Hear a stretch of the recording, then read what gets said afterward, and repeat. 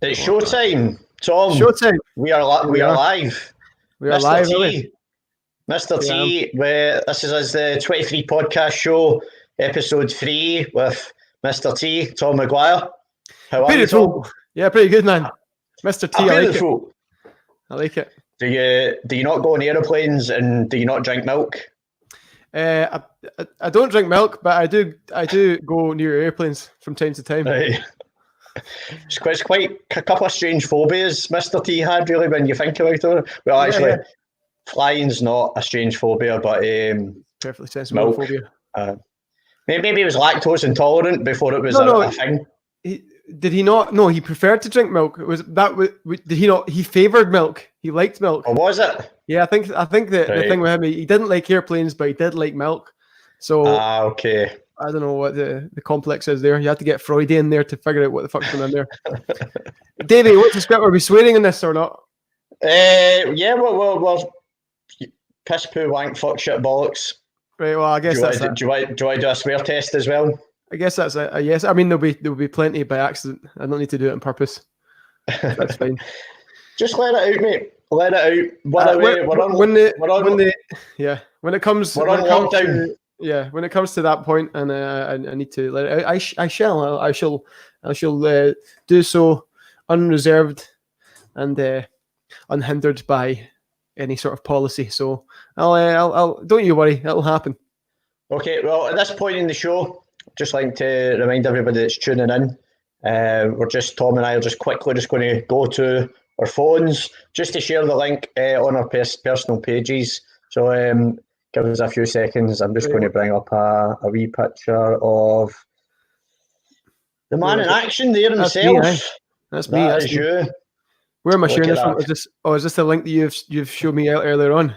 No, not that link, unless we want more people, which we can have more people come on and join us. Just go into the 23 Universe page. 23 Universe, yeah. And share the top live link when you go in just now. You're probably better off turning your volume down your phone. I'm doing this all through some feedback. There we go. Five people watching, eh? Jings. 5 so far. Well, once we get it shared, we'll have a wee bit more. To the Universe, and I will. I'll share this from the band page or myself. I share from the band. Both please. That'd be fantastic. Videos live. Episode 3. Here I am. Weird. Cool. There you are. That's both of us. So. Share that from. Okay. Tom McGuire is live. Shared a lot of stuff today. Yeah, you've had a busy day. I'm a busy day after quite a lot of. Talk me through it, and I'll get finished with this. I also need to do this. I'll share this. So yeah, today was Stevie Wonder's birthday. The big man. The big man, the main man. I don't want to share it on that page. Are you doing a pro job here? Are you doing a pro job with some imagery and stuff like that? Okay. I've got it all lined up. And the big man was 70. Yeah. David Blair. I don't need to tag you in this later. No, that's fine. Good innings for him, I have to say. Not bad at all. 70. He's had some life, hasn't he? There he is. It's almost as if we're talking to him. Talking to David Blair now. If Stevie was here just sitting in between us in a brasshole Dijon sandwich, what would you say to him right now? Other than singing the obvious happy birthday. I'd say to him, happy birthday to you. Happy birthday. What's going on, Stevie? Yeah. Coming in for some chat. We're going to show me a chord or two. Right. Right. Let me just finish this thing because I can't multitask. Me. Catch me talking to David Blair now on this live podcast. Yeah, and that is. I'll say about this and that. And bit of this and a bit of that. Bit of this and a bit of that. But thanks everybody. Just bear with us just now. We're just quickly getting our links shared on our respective social medias. That's it. Okay, I'll do that. That's it. It's not the best blurb there, you know. Okay, that should be it. There's nobody really cares about my own page, so never mind that. But listen, I tell you what, man. See all the social media stuff, all the stuff you have to do, all the blurb, all the wee bits and pieces. It kind of takes. I spend quite a lot of time ruminating and agonizing over that stuff, which I kind of probably shouldn't. But that was it. That was it in action just there. So there you go. Well, that was it. So I'm done at my end.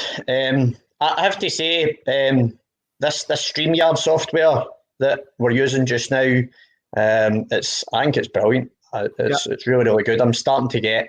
This is me on episode 3 now. Saturday when we started, with Chris Hearn and Will Johnson from New Hellfire Club Gonzo Division and bassist and drummer from the Harlem Globetrotters, respectively. I couldn't get the Harlem Globetrotters. What was that? The Harlem Globetrotters. Great. There's an interesting synchronicity there because just after they were getting lined up, Gary Penders, shout out to Gary if you're on the night, Gary pal. Gary helps out with the merch and the Barrowland. He's been helping out with the volunteering project we've been doing with our last open Barra's Market customer, client, tenant. This is makers who are making PPE safety visors for our health and care workers. Shout out to them. So Gary and his pal, they've been helping out with their Daniel. Gary is the coach for Glasgow Rocks, our National Basketball League professional B-ball team. Played down at the Emirates across from Parkhead, and we were chatting about getting Gary on a show, and he's like, I'll get you a couple of Harlem Globetrotters to come on.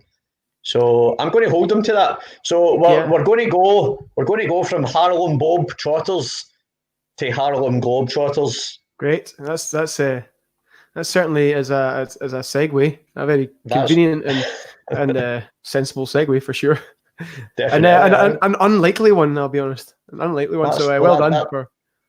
Yeah. Cheers, guys. And when we were backstage in the virtual green room, you'd said, right, I'm away to make a G&T, and I went to make a G&T as well. So you're on gin and tonic, and I'm on green tea. So nice. Cheers, Tom. Cheers. I also washed the dishes.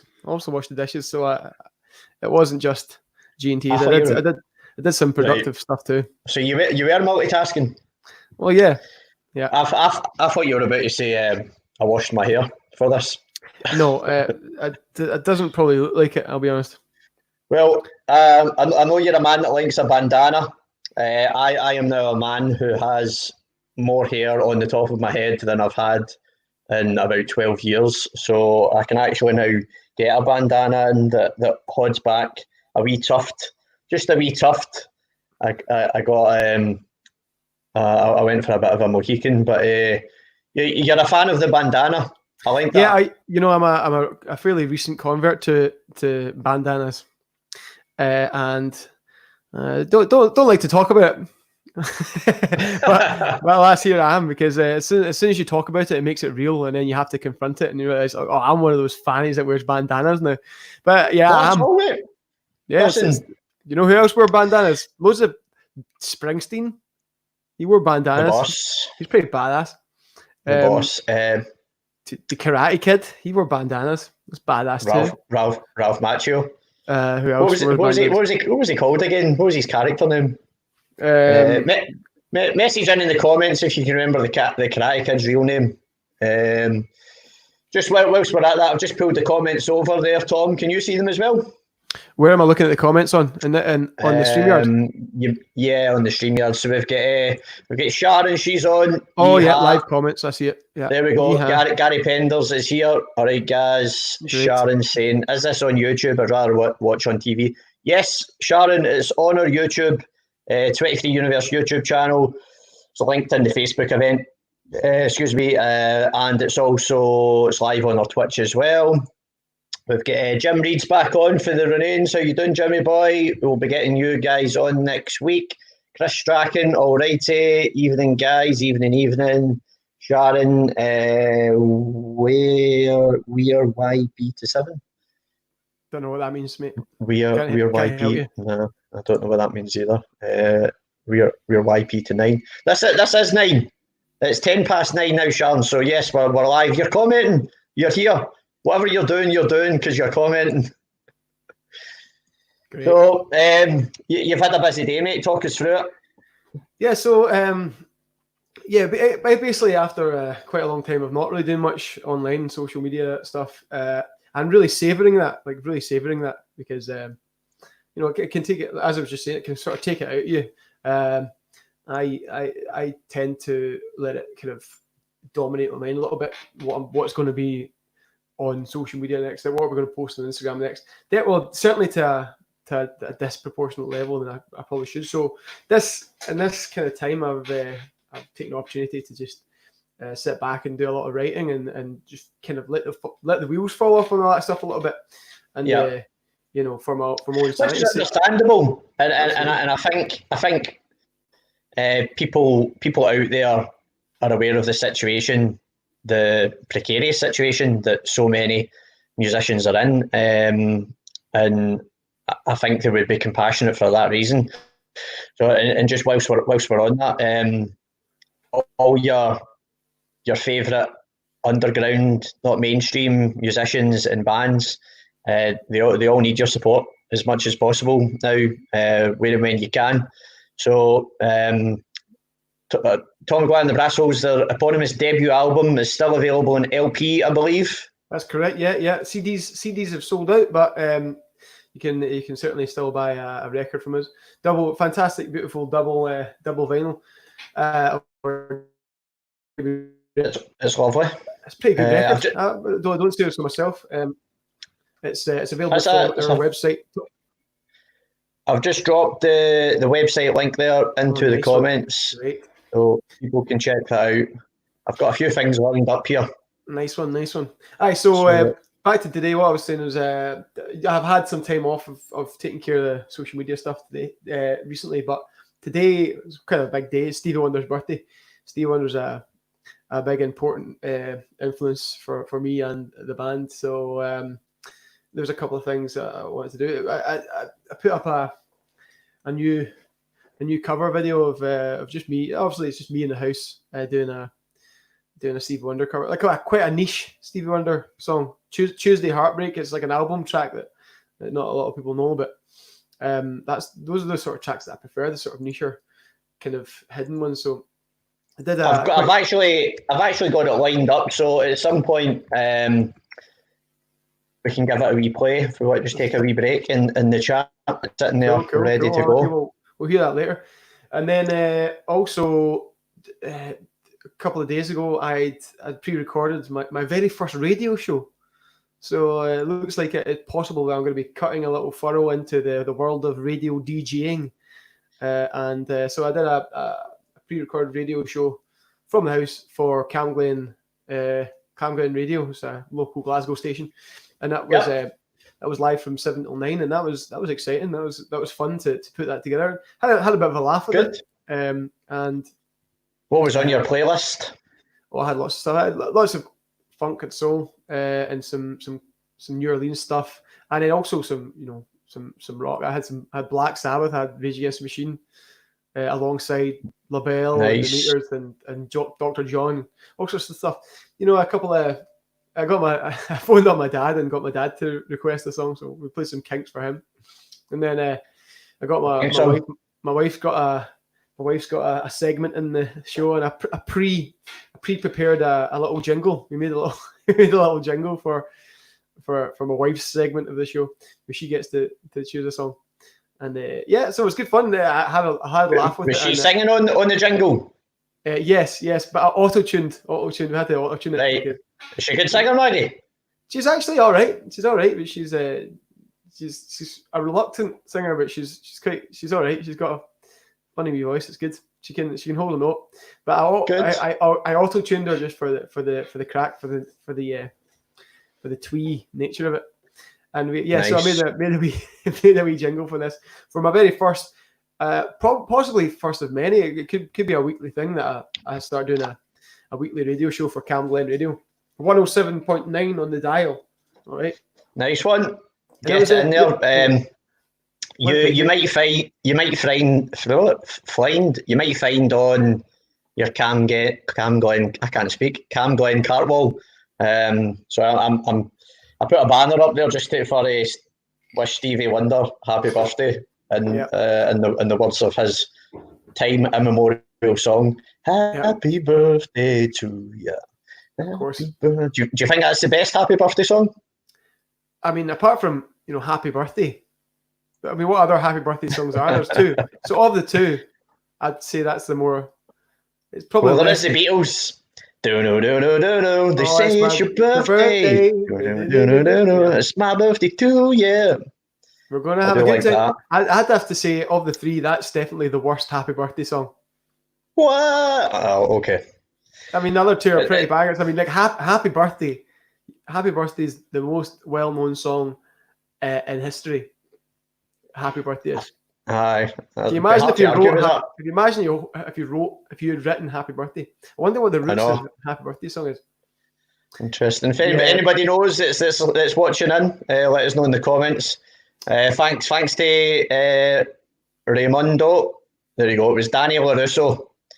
Louise's message as well. So it was Danny LaRusso. And who was it? It was the Kublai Khan that they were fighting against, wasn't it? They were the baddies in it.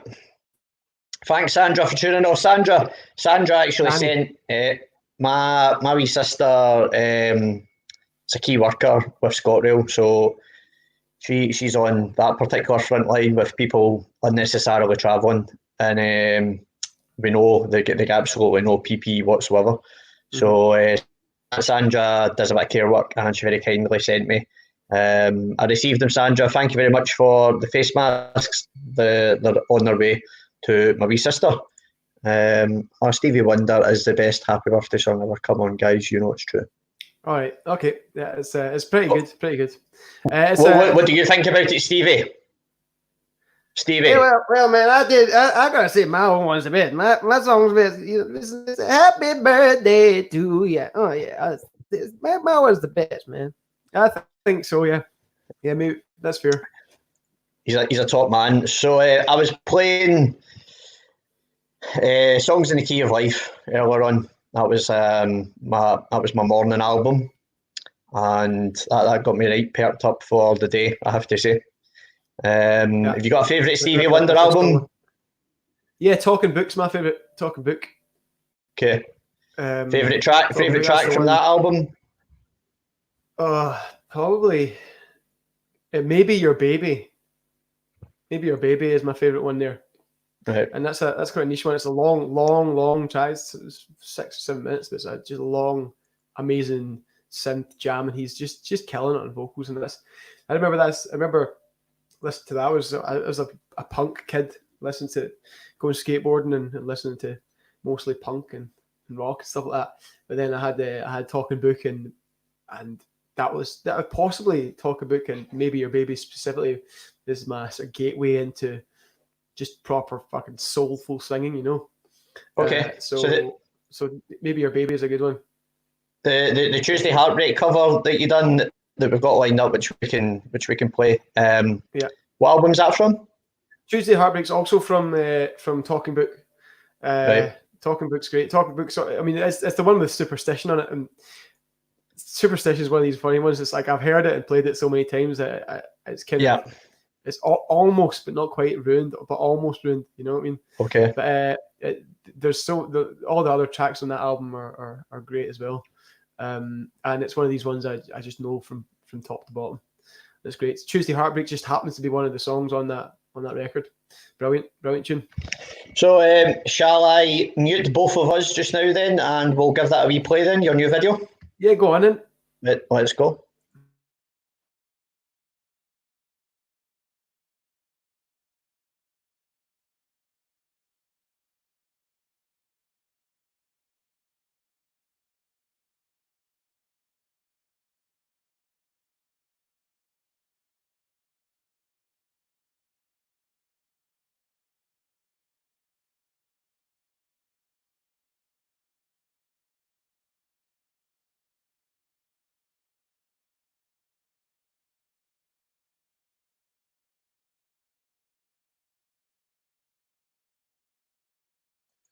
I forgot to put the audio on that there. 2 seconds, need to try again.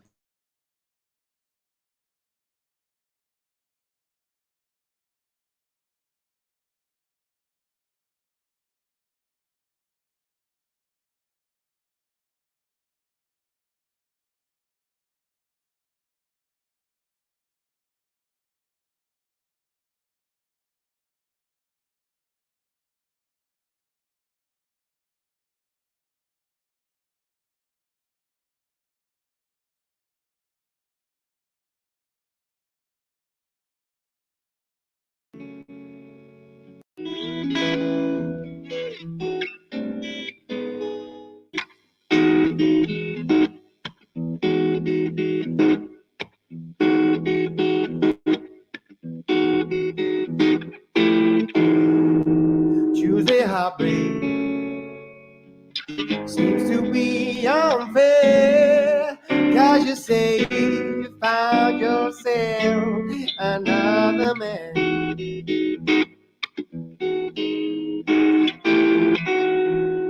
Tuesday break heart, guess you just don't care, 'cause you found yourself another man. I wanna stay with you till the morning comes. I wanna stay with you till the night time comes. I wanna stay, baby, baby, baby, now with you.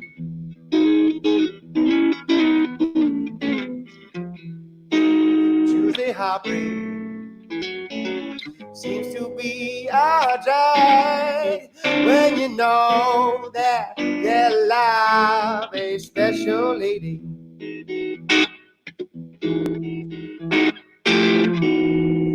Catch up, baby, catch up, baby, catch up with my dreams, 'cause then maybe I can see you all the time. I wanna stay with you till the night time comes. I wanna stay with you till the morning comes. I wanna stay, baby, baby, baby, now with you. I wanna stay with you till the right time comes. I wanna stay with you till the morning comes. I wanna stay, baby, baby, baby, now please with you.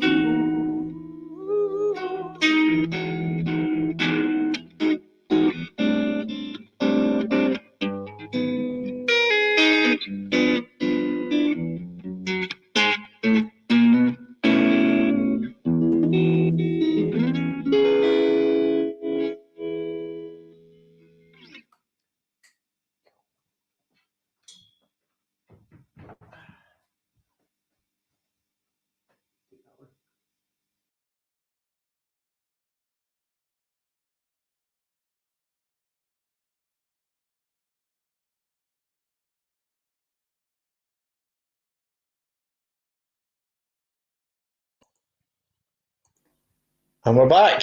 Yeah, we're back. Yeah, we're back. Some technical issues there at the start. Yeah. What I was just thinking. What already? I made that video yesterday, and I'm wearing the same outfit. Did you have the headband on as well? Yeah, mate. Aye. I don't know. I'm not familiar with the original of that. What's the instrumentation on the original? Oh, it's just the classic era Stevie instrumentation. So big heavy keys, synth bass, right. And I think it's one of the ones that Stevie plays drums on. In fact, Talking Book, and I think most of those albums, Talking Book. There's the 4 big albums, the classic era. There's Talking Book, there's Inner Visions, there's Fulfilling This First Finale, and there's Songs in the Key of Life, right?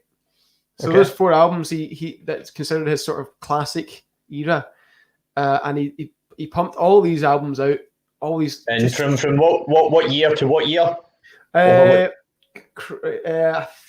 not sure. I think mid to late 70s, but I think I'd have to check that. But I think the 4 of those albums were all in the space of 2 or 2.5 years, maybe 3, all just absolutely stellar. landmark albums. So it was just on a period of just unprecedented productivity, and he was playing all this stuff mostly himself. So right. What you don't know about Steve Wonder's a lot of the drums on these records, especially Talking Book, Intervisions, and Fulfilling His First Finale. There's the albums that all sound broadly similar. It's because they were just produced around about the same time, and Stevie Wonder's playing all the stuff.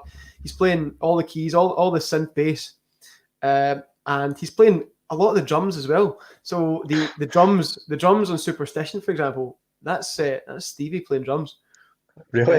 Yeah. So it's a lot of these songs are kind of, if you focus on the drums, are kind of some quite weird, unusual, non-conventional drums, and it's because Stevie's playing it. He's not really a drummer, but he definitely crushes it anyway. I think there's a Stevie Wonder live album from quite a bit earlier than that, from his sort of younger days, and there's a drum solo on it. There's a track that's just a drum solo, and it's Stevie Wonder doing a drum solo, and it's all right, man. It's all right. Aye. So all those albums sound really distinct and really amazing because it's just layer upon layer of synth, super amazing synth, which was a relatively new bit of technology then. Like the story behind it is, I think was that a Moog? I believe did they have pre-Moog, so I think it's called Tonto. The Stevie Wonder synthesizer, basically the synthesizer he used on most of these records was basically, it took up a room, and it was groundbreaking stuff. It was was the same with the Beatles' first one. Tonto, I think. Stevie Wonder synth. It's almost like two mad scientists. Stevie synth. Whilst you're searching for that, shout out to Stu, back on again tonight. It's Bandana Day, number 2 for us. It certainly is. And just to go back there, previous comment we didn't pick up on, Raimundo had said Altered Images Happy Birthday is the best. That is a good version. Young Connor Fifon, how you doing, Connor? Thanks for joining us. Just to let everybody know, if you've been tuning in, turning on and getting involved for the last couple Saturday nights, we had no curfew. It was a Saturday night, so it went on for 5 hours from 9 until 2, and then I wound up because I thought, well, I'm into my numerology. I wanted to stop it at 5 hours, which we did. Last night's as well, again, there was no curfew. We're on lockdown. I'm at home here on my own.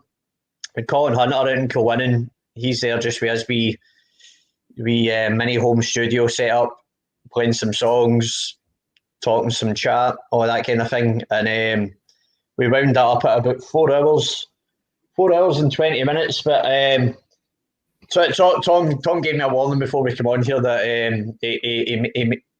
he may end up being divorced if we were even dare to go on for 4 or 5 hours. So just to let you know, transparency at the beginning here, as the event did say, it's from 9 to 10:30. So we will respectfully wind up at 10:30. Thank you, Tom, anyway, for your time, for coming on.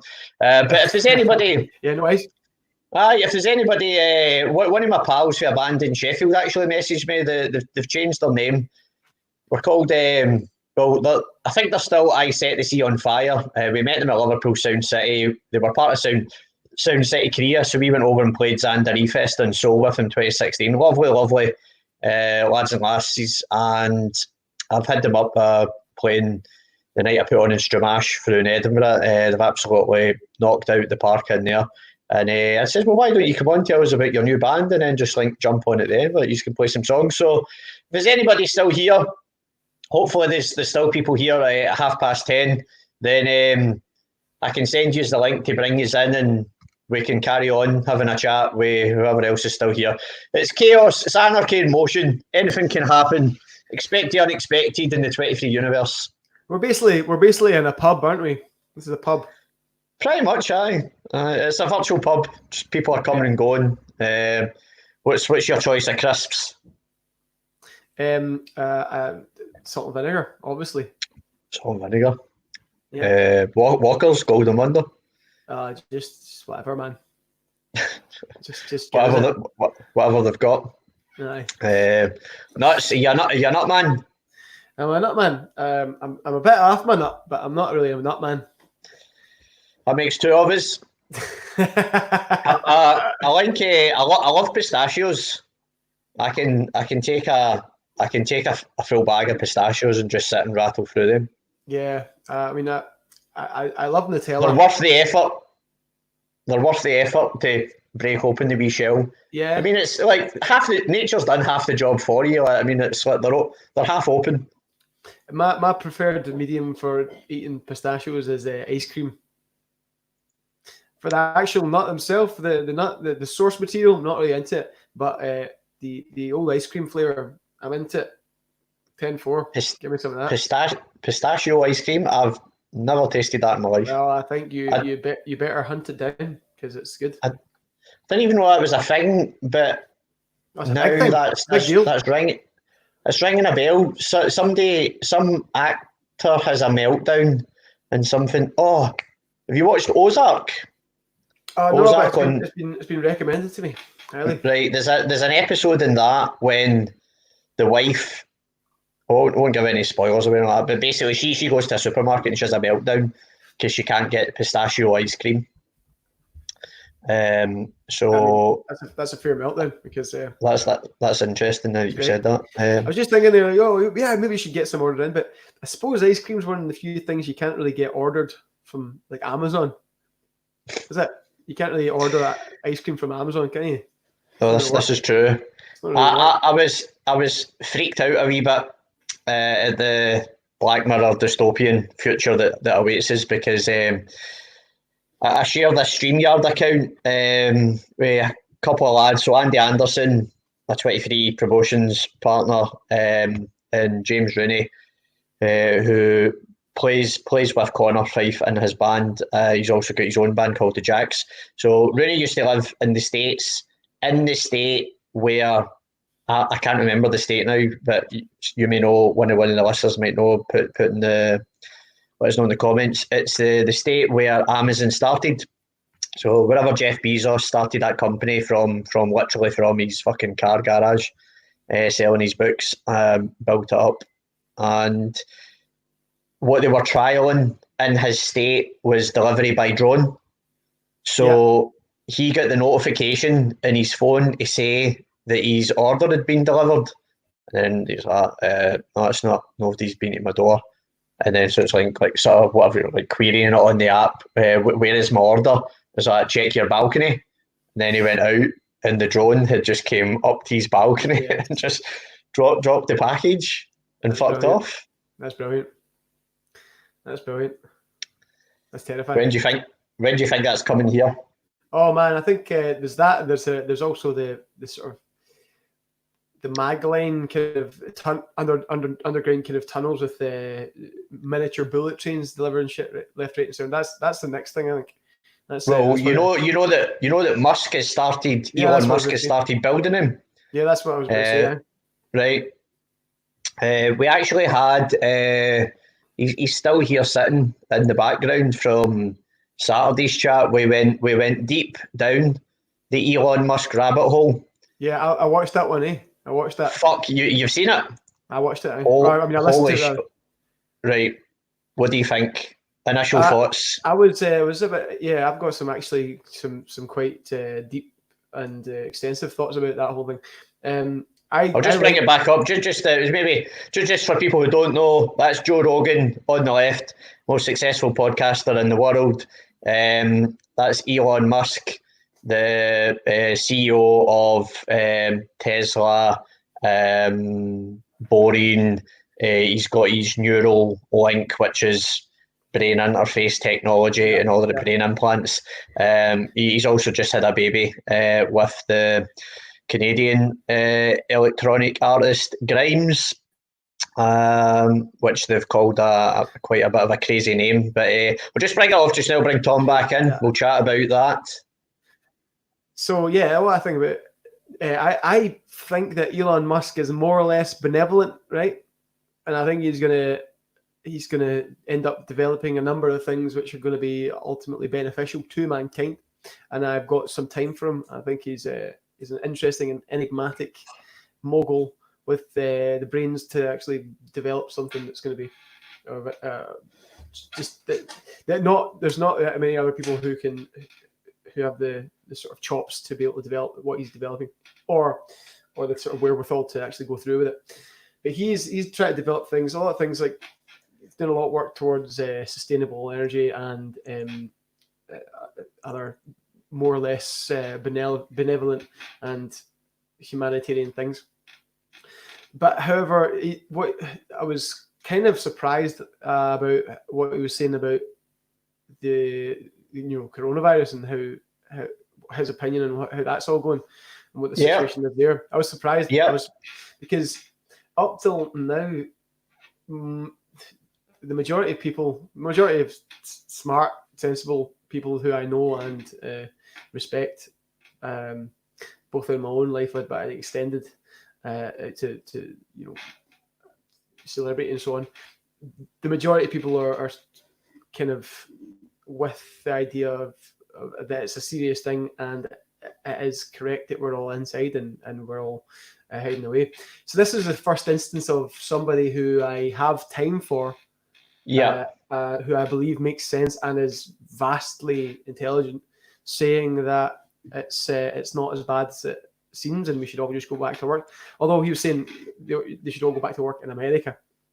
Yeah. Right? But it occurred to me, what my sort of thinking is that even he, although he's a South African guy, that it seems to be in America, the sort of concept of freedom, individual personal freedom, is such an ingrained thing. It's like Constitution, freedom. I got to be free to go out to the fuck shops if I wish to do so at any point. I am free to catch this virus if I want. Yeah. So they went quite a lot of time talking about that, but they touched upon it, but they didn't really cover very much on the sort of the very real fact that if you're going out and you're cutting about and doing stuff as per your free will, that you're also you're putting other people at risk by spreading the disease further.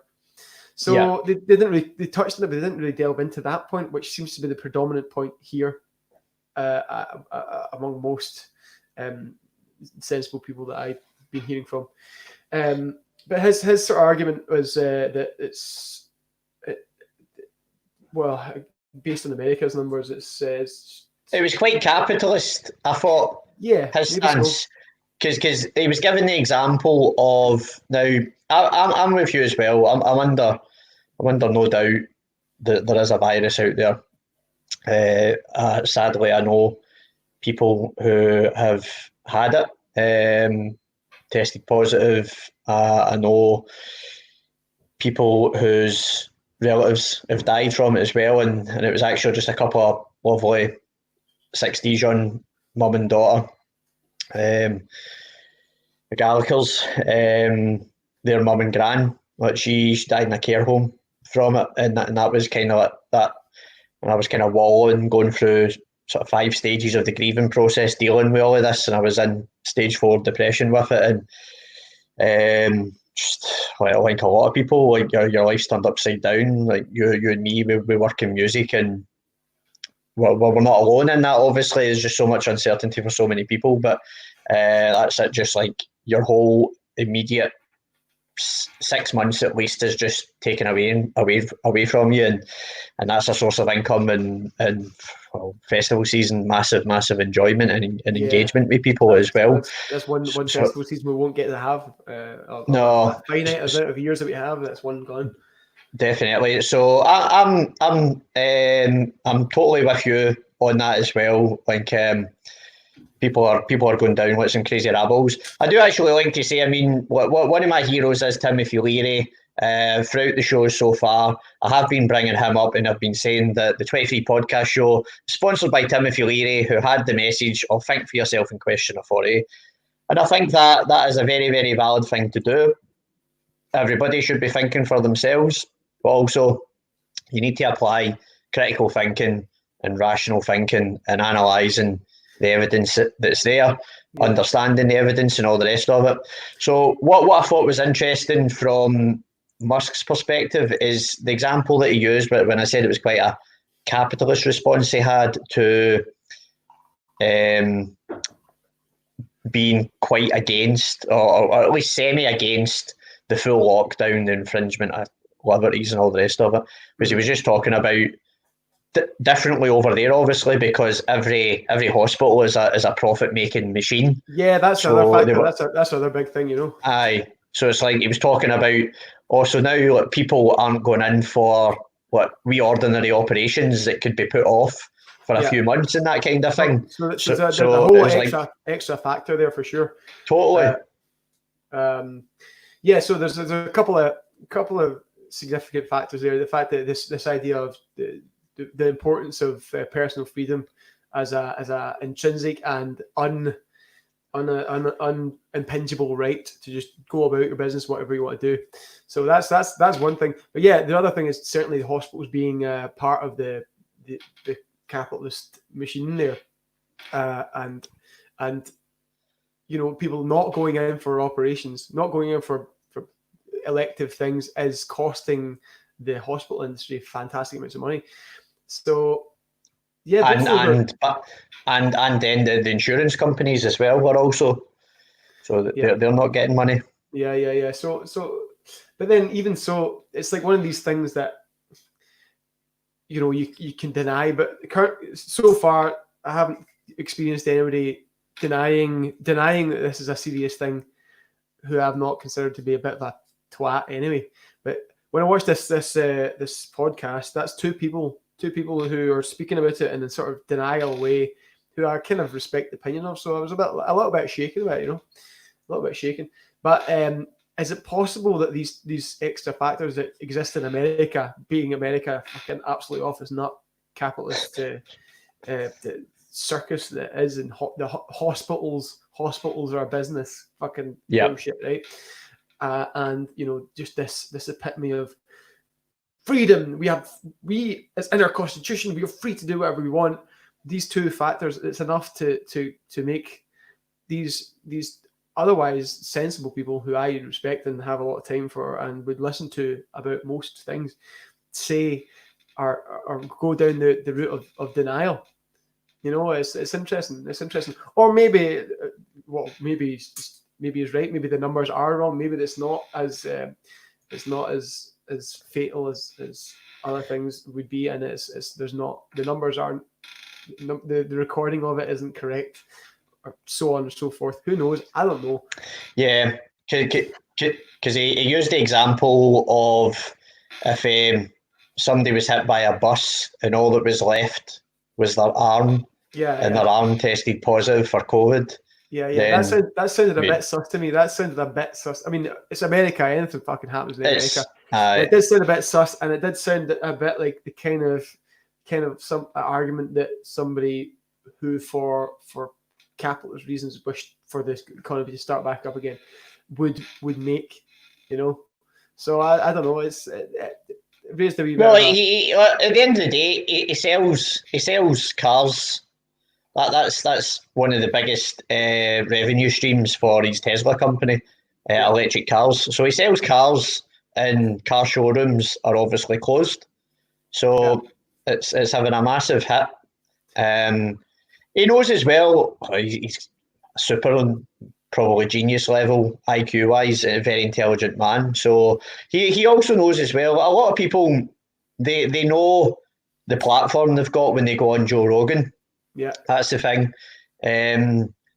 One positive that's came out of this 8 weeks of pretty much isolation for me has been the opportunity to sort of create, connect and reconnect with things that have just always been sitting there that I've never had the time to do. Oh, definitely, absolutely, me too, mate, for sure. And a lot of them have been reading in podcasts, which has actually directly inspired and led me on to doing this, and now you being here now. And one of the guys, just to give a shout out, who's done quite a few podcasts with Joe Rogan, you may well have seen some of his.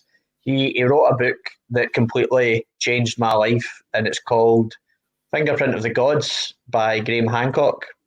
Right. Have you seen any of Graham Hancock's talks on there? I'm not aware of him, no. He's done quite a few. He's an investigative journalist. He does not claim to be a scientist, a qualified scientist, or a qualified university degree archaeologist or anything like that. But he's basically analysed a lot of evidence to prove and a lot of theories on the timeline of the origins of civilization have had to adapt based on the books that he's wrote. So his first one was Fingerprints of the Gods, which looked at the Incan civilization and the Egyptian civilization and various others. And then his follow-up book was called Magician of the Gods. So they've discovered the scientific evidence that there was we scientists say that we're currently living within the Anthropocene, the sixth mass extinction event, which is being caused anthropogenically by humans' impact since Industrial Revolution. So the fifth mass extinction event was 65 million years ago with the meteor or comet that wiped out the dinosaurs and then allowed the mammals to take over from there.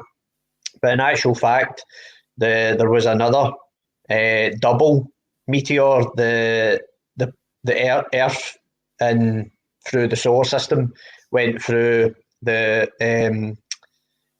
meteor comet field that takes X amount of thousands or whatever years for us to on a sort of galaxy-wide basis to go through, and then the sun then pulls these comets and meteors into our orbit, and we were struck twice, about 12,500 years ago, and then just about 1,500 years ago. And both his books and the talks that he does with another amazing guy called Randall Carlson. I'll actually share one of them. Actually, I copied the link for the Joe Rogan and the Elon Musk one, so I'm going to drop that into the comments. I shared your YouTube video as well for the Stevie cover that you done. Cool.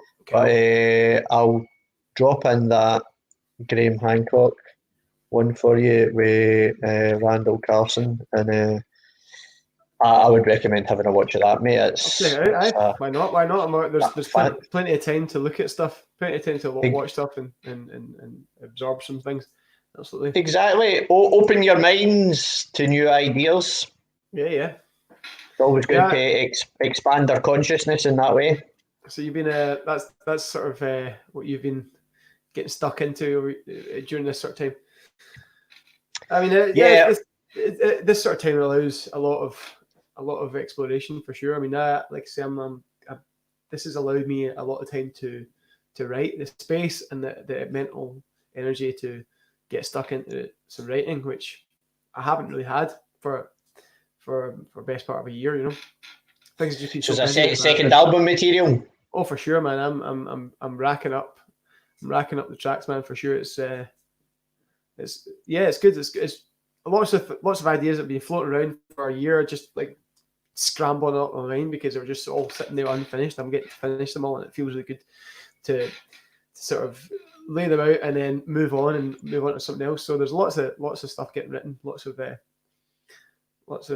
tunes, and it really takes a long time. It takes a lot of time, dedicated, focused effort to get that stuff out, and it's something I realised that I just hadn't had time for, hadn't had time for because I hadn't dedicated time for it because I was expending all my other energy on this, that, and the other thing with organising the band. There's lots and lots to do, organising the band and making it a success, aside from just writing tunes and doing gigs. So, you and I know we've spoken about this before. We both know full well the challenges of helping to manage big bands. Aye. It's mental. It's mental. I'm surprised you've got here. Oh, honestly, it's a couple of points that was at the end of the tether, and sometimes it gets pretty tough. Just behind the scenes sort of stuff, it can be pretty tough, and I always had an inkling that it was a bit too much for me. But it was just when this all started happening, the whole world started shutting down. That's only when I start to feel this weight of relief just go off my shoulders. Okay, well, there's no expectations now. There's nothing to do. There's no gigs to do.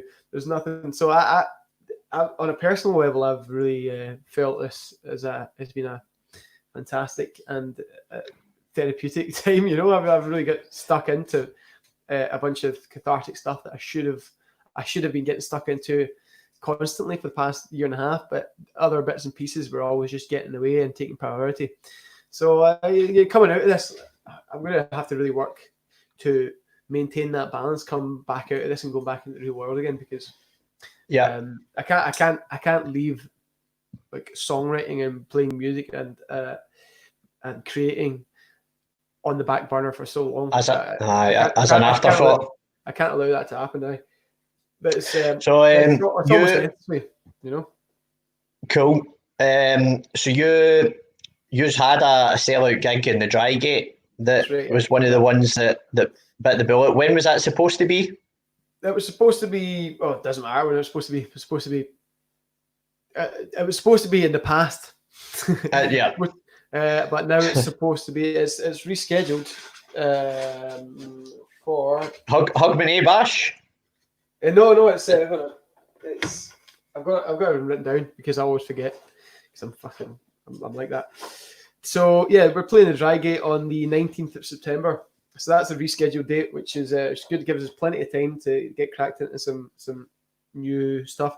If it goes ahead, if we're able to do it, fingers crossed. I think things will be okay by then. I mean, by the way, so just on that note, do you know that I was going to share your Facebook event for that, but do you know that it says 31st of December? Oh, that's not my fault. Shit. Yeah, cool. I'll be fixing that. I think. Okay. Yeah, quickly moving on. Yeah, thanks for that, mate. Yeah, it's not that. It's the 19th of September. 19th of September. Okay, for the record, it's you're sold out anyway. Congratulations. Make a note to myself. We played. I love Drygate. I think it's an underused venue. We played a sellout gig there a few years back, maybe 2016, I think.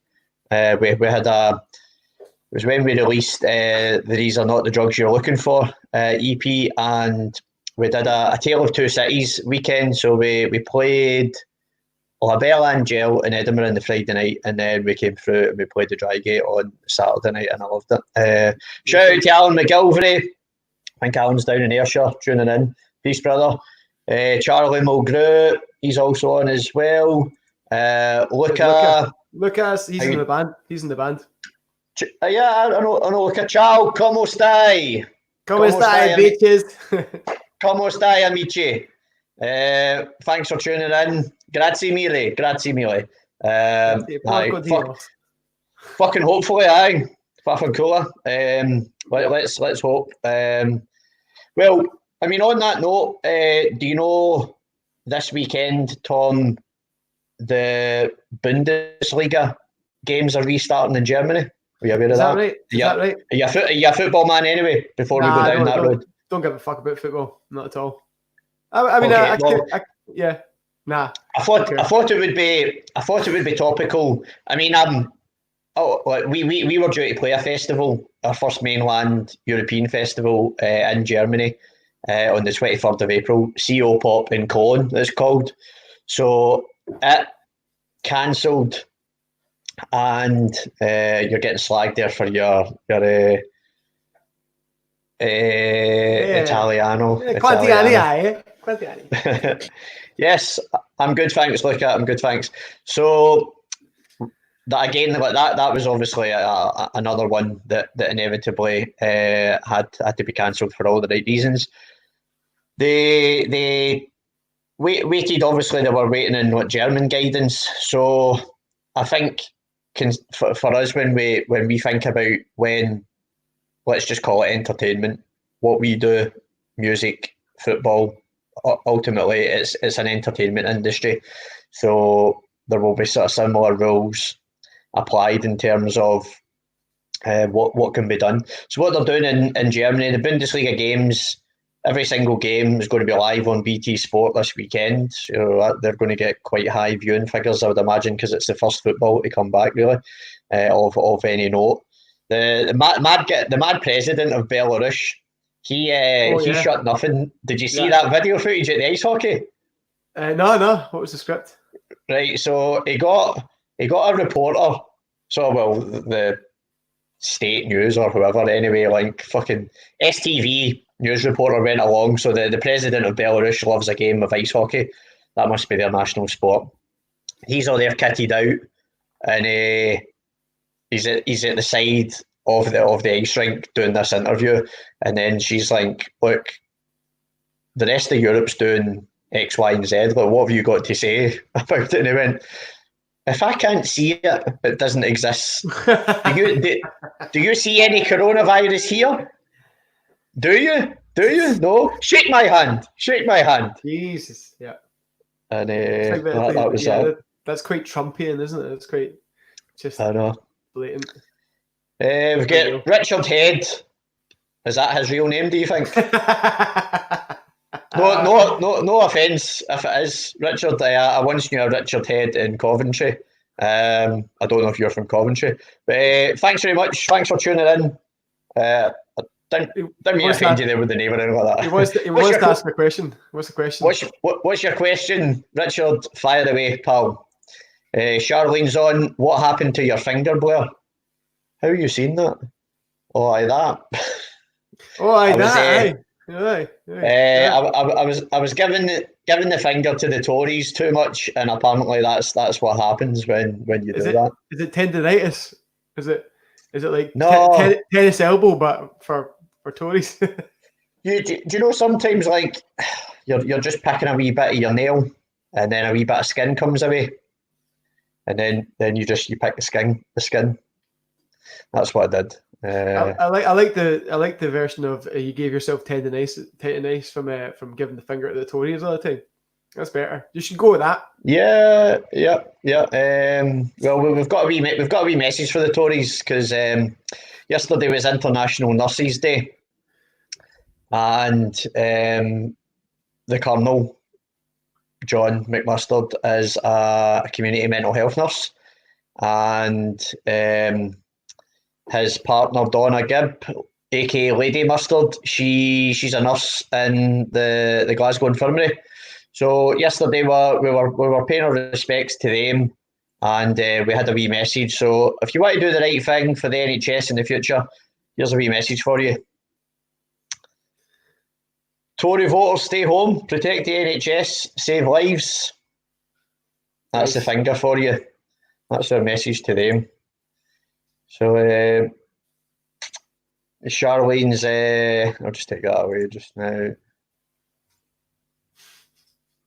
Hell of a professional job you're doing here. Fantastic. Back at you. Those wee bits of skin can be well, so they can be. You're right. So have you had any other gigs move? Yeah. You know what? I've done. You talk about live stream gigs. I've done 3 so far. No, like actual gigs, other than the Drygate one. Is there anything else that you want to update people and let them know it's moved? Yeah, for sure. I mean, obviously, all the festivals are. Who knows what's happening at the festivals? But there was one actually particularly pertinent today.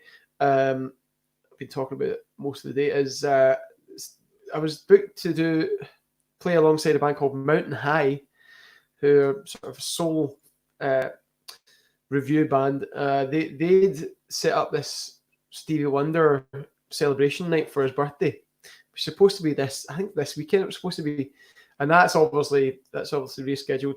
So it's going to be myself and Angus Monroe. I don't know if you've heard of Angus Monroe. Fantastic. Yeah, did he play with you at the QMU gig last year? He supported us at the QMU, and the Little Lakers. I remember that. Yeah, the Little Lakers. We'll come on to that QMU gig. Yeah, cool, nice.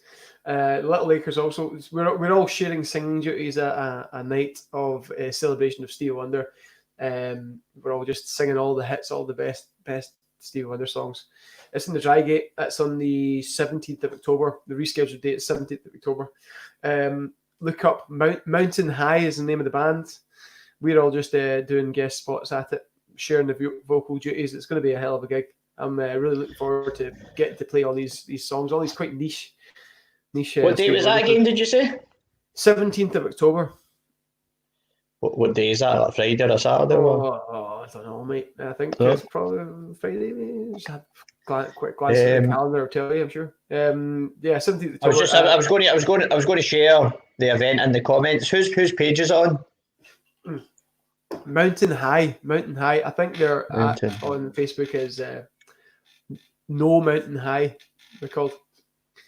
I believe, unless I'm very much mistaken, the details should be on my website also. I'll fix that.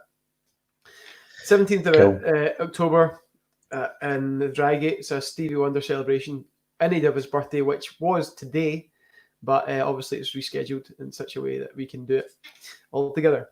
It's going to be great. As I said, Angus Monroe, he's an absolute motherfucker. And the Little Lakers, Little Lakers is brilliant as well. You know, I'm all for sharing the love when it comes to giving shout outs and sharing great music. So I'm just going to pop the Angus Monroe Facebook page into the comments. Everybody give them a wee like, please. And the Little Lakers, they've got their own Facebook page as well, haven't they? So I'll just bring that up and I'll give that a share in the comments also.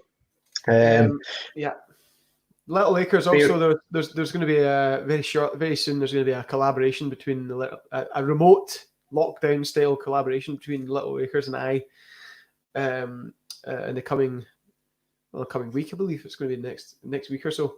So keep an eye on their page. They're great. They're the ones that provide, when we've got bigger shows, we have backing vocals, and the Little Lakers are the go-to backing vocal section for anybody. I know some of the girls. They're phenomenal.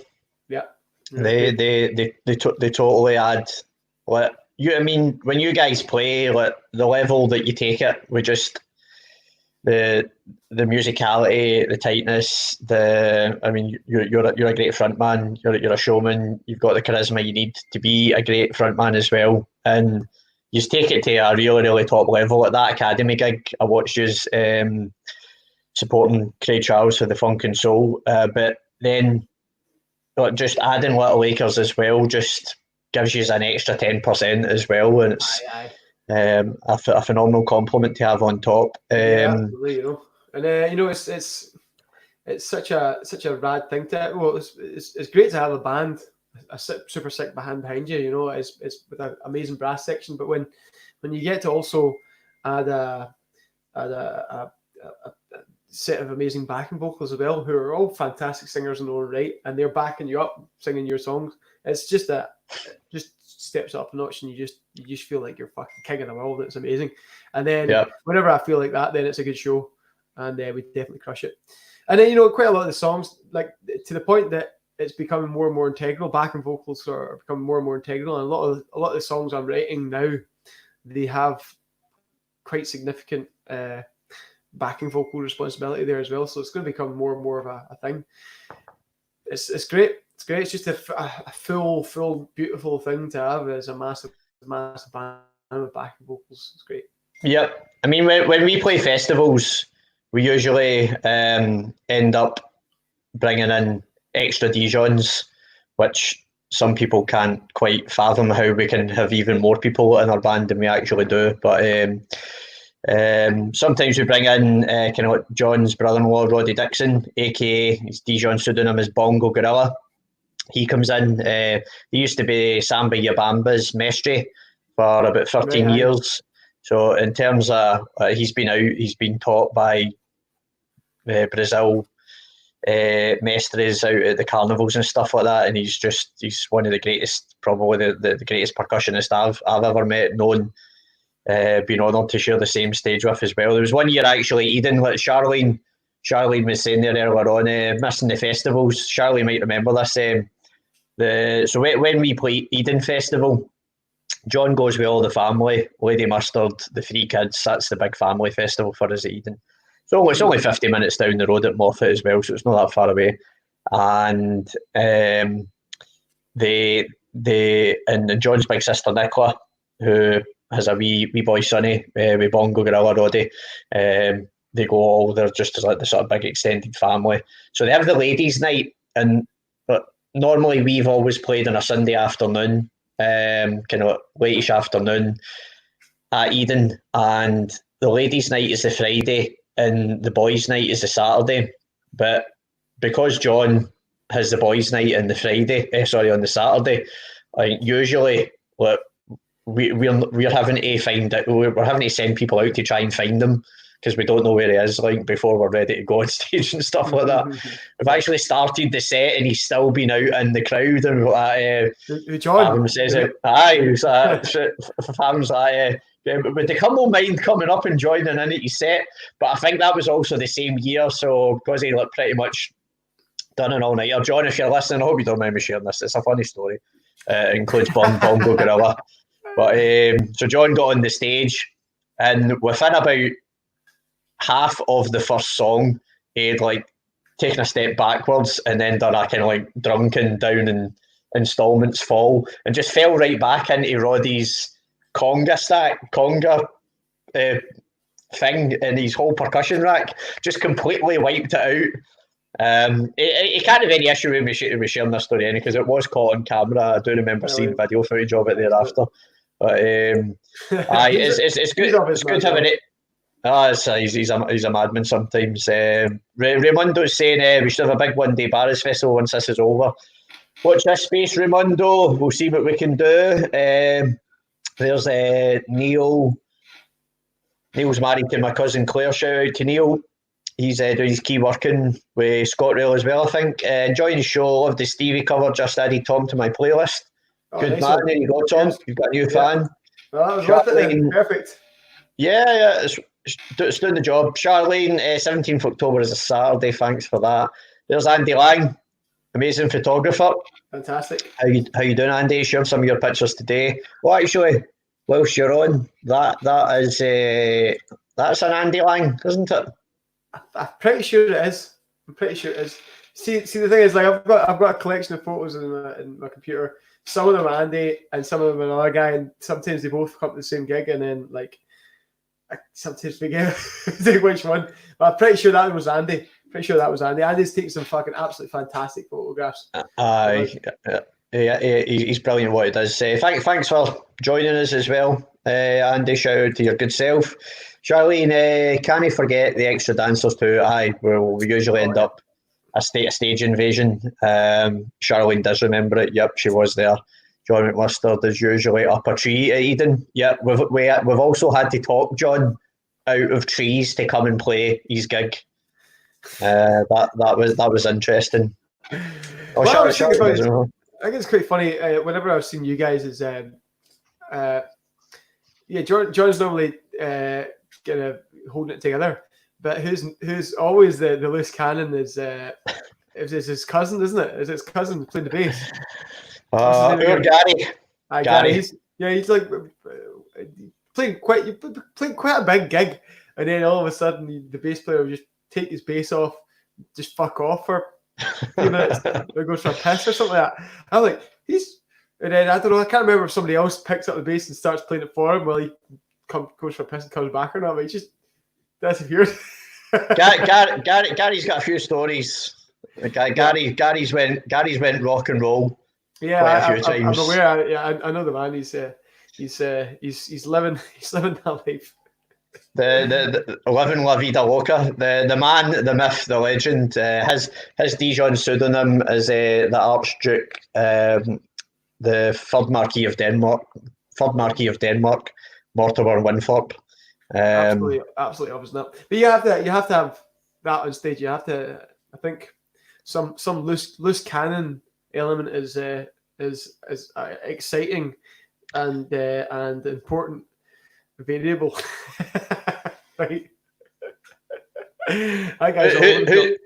Who's your loose cannon? Can you say me? Oh, you? Yeah. What's the worst on stage mishap you've had? That I've had the worst on stage mishap. Well, I guess you know what. There's one that crops up, and it's mishaps, problems, like technical problems, and like fucking up the tune and stuff like that. No, I'm not talking technical. Those things don't. Those are not problems for me, right? But have you fallen off the stage or anything? No, there's two that I can tell you, right? First one is the QM. We played the gig at the QMU. It's our biggest gig ever. Hopefully it's not the biggest gig of our entire career, but it's definitely the biggest one so far. We're playing a sold out show at the QMU. We've worked really, really hard towards this gig, and we've basically crushed it. We've played a fantastic set, a righteous, triumphant set in front of 1,000 people. Then we come on for an encore at the end, and the bass player, before I'm about to start playing, he's like, no, hold on. Bass player takes off his bass and takes off his shirt, and everyone's like, oh, no. Okay. So I take off my guitar, take off my shirt, and then I'm like, this, okay, now we're now in one-upsmanship here, so I take off my trousers, and then all of a sudden, both of us are just in our fucking boxers. I'm like, this is the possibly biggest, most important gig in my life. I've turned it into a fucking absolute circus show, but it was great. That was fine. So that was, I'd probably say that's my favourite ever QMU gig. I absolutely loved it. As you know, we'll bring up a picture here, which gives me many fond memories. Yeah. That's how I came on the stage. I came on the stage. So just to talk people through this. So your album cover is that. Nice. So what's the significance of the T-Rex? It's not a T-Rex. It's a pachycephalosaur, Davey. Okay, I sit corrected. Thank you. The significance is that it's fucking rad. Okay. The pachycephalosaur in question is actually a model pachycephalosaur that my wife and I have called Gary, who comes with us in every single holiday, and has been with us as a sort of memento keepsake for our entire relationship, and that's nice. But mostly it's just because look, a picture of me riding a dinosaur is that's cool. That's fucking cool. I'll give you that, and that's the general significance of it. It's also cool as well that that particular dinosaur, there was in the Cambrian era or the Jurassic era. Do you know what era it was from? Whatever era, it's still cool as fuck that it managed to fashion itself a set of shades and a Mr. T gold chain. So we moved from that. So you then had the idea at the gig to come on stage on a dinosaur. I'm guessing when you did the Google searching for a Paphalosphyngosaur, you couldn't find an outfit for it. No, there's not really mass produced Pachycephalosaur inflatable costumes, so you just have to get a generic dinosaur. So we went with that one. Yeah. So and who's inside it? That's you, mate. That's you inside it. Strong shoulders. How did that come about? Let's tell the listeners. Just sitting there brainstorming. We knew. Okay, holy shit! Out of nothing. So September. Nobody knows who we are. Nobody fucking knows who we are. Then we play. We release our first single, and then all of a sudden, everybody in the fucking world knows who we are, and it's insane and completely unexpected and bedazzling rate of sort of uptake from people, and all of a sudden. February, mere few months later, able to sell at this gig. So basically, the onus is on me. Like, I got to make this show fucking great. So there's lots of brainstorming happening to make this show absolutely sick as fuck. And one of them was we just bought an inflatable pizza and bought what else can we do? Maybe I can come on stage on the back of a dinosaur. We had backing dancers, we had fireworks, we had a Papa Shango voodoo MC guy introducing the bands. We had all sorts of stuff. Did a lot a lot of forethought to make this this show like really worth the spectacle, worth the occasion of us. Off the scale, as Raymundo was saying there in the comments. It was. And then that's given us a sort of high watermark to try and keep to for big shows like that, you know. So that's what the Drygate was going to be. We're going to try and put on a proper production, because I guess when you get to shows that sort of big, and we got to that show, that sort of side of the show, spectacularly quickly, like kind of blindingly, dizzyingly quickly, to go from nothing to that sort of bigger show, that you have to make it count. You can't just turn up and play your songs and fuck off. You have to turn up and you have to put on a fucking show. You have to make a production. So we had a production, we had a proper production, and it was a lot of effort, a lot of work, a lot of blood and sweat and tears. But I think that we represented ourselves pretty well. Apart from when I took me and bass player took all our clothes off.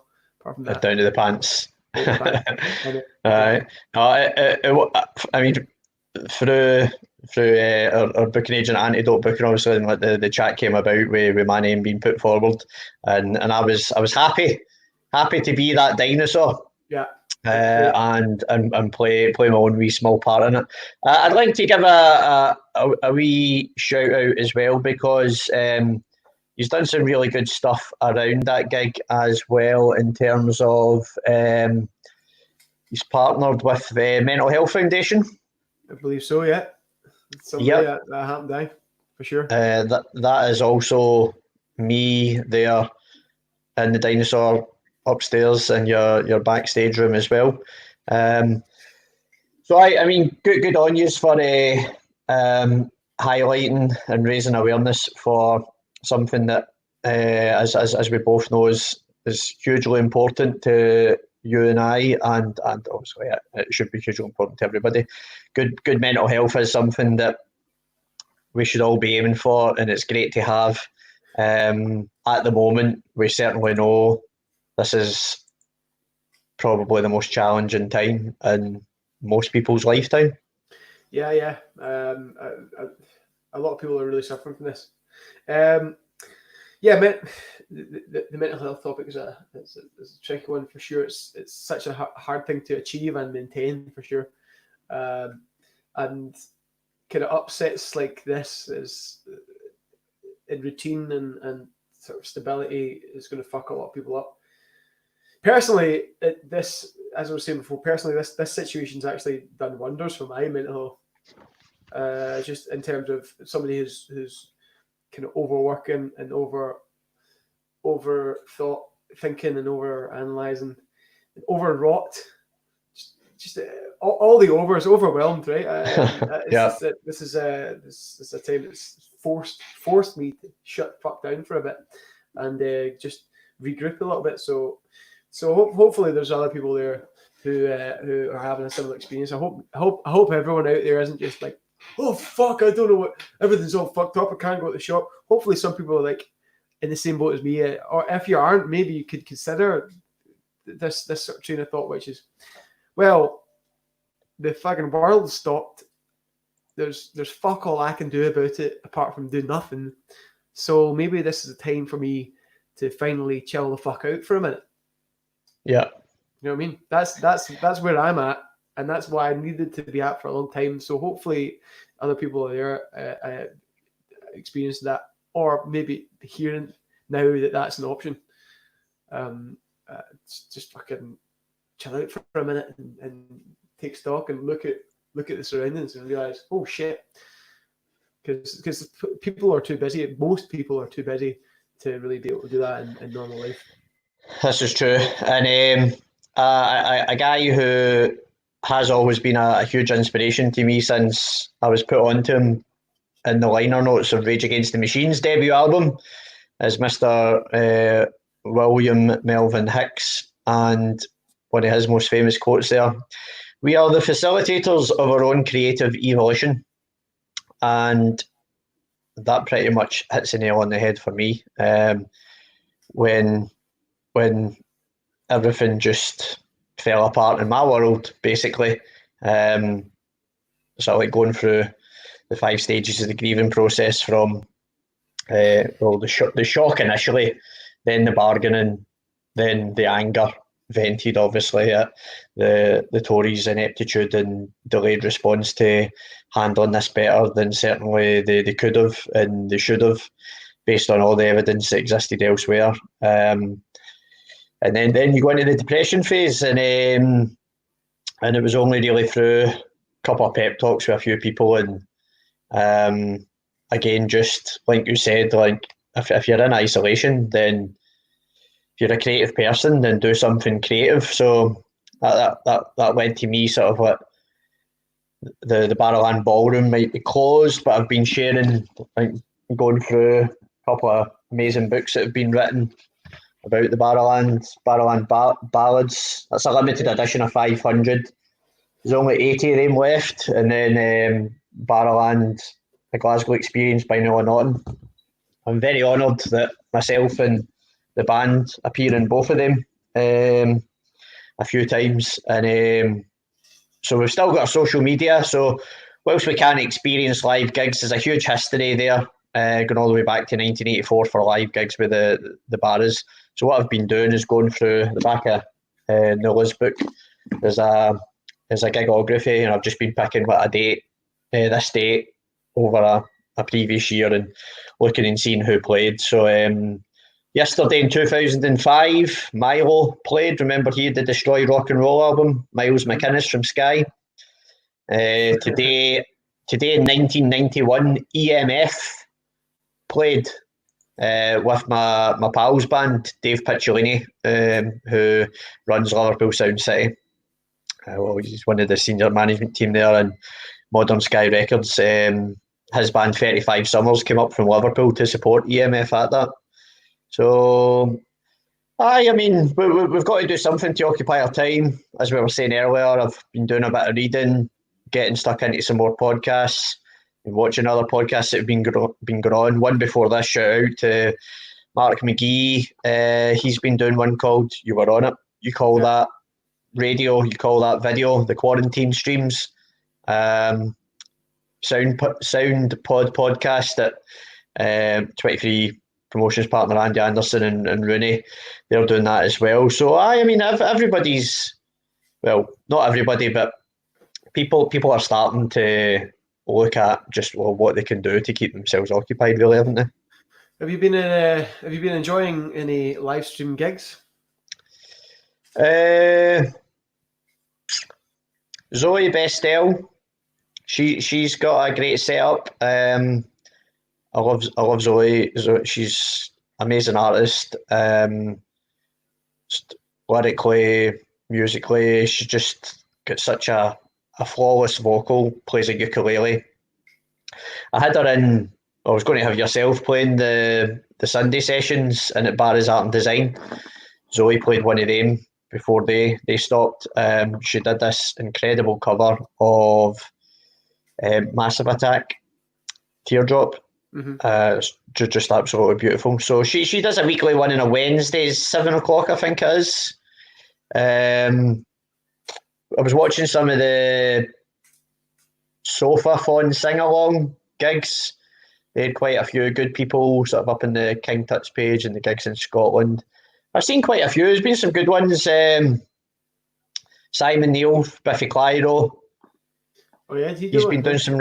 He's been doing a regular one as well. We shout out to Mary joining in with us now. Gary said, "Good name for a dinosaur." That's a good name for a dinosaur. Yeah, Charlene says she's fallen off a stage and she's not even in the band. Was that at one of your gigs? She also says if you can't spot the loose cannon in the band, that's because it's you. Yeah, good. Raimundo's kindly shared his photo album from your QMU gig there, if you want to check that out.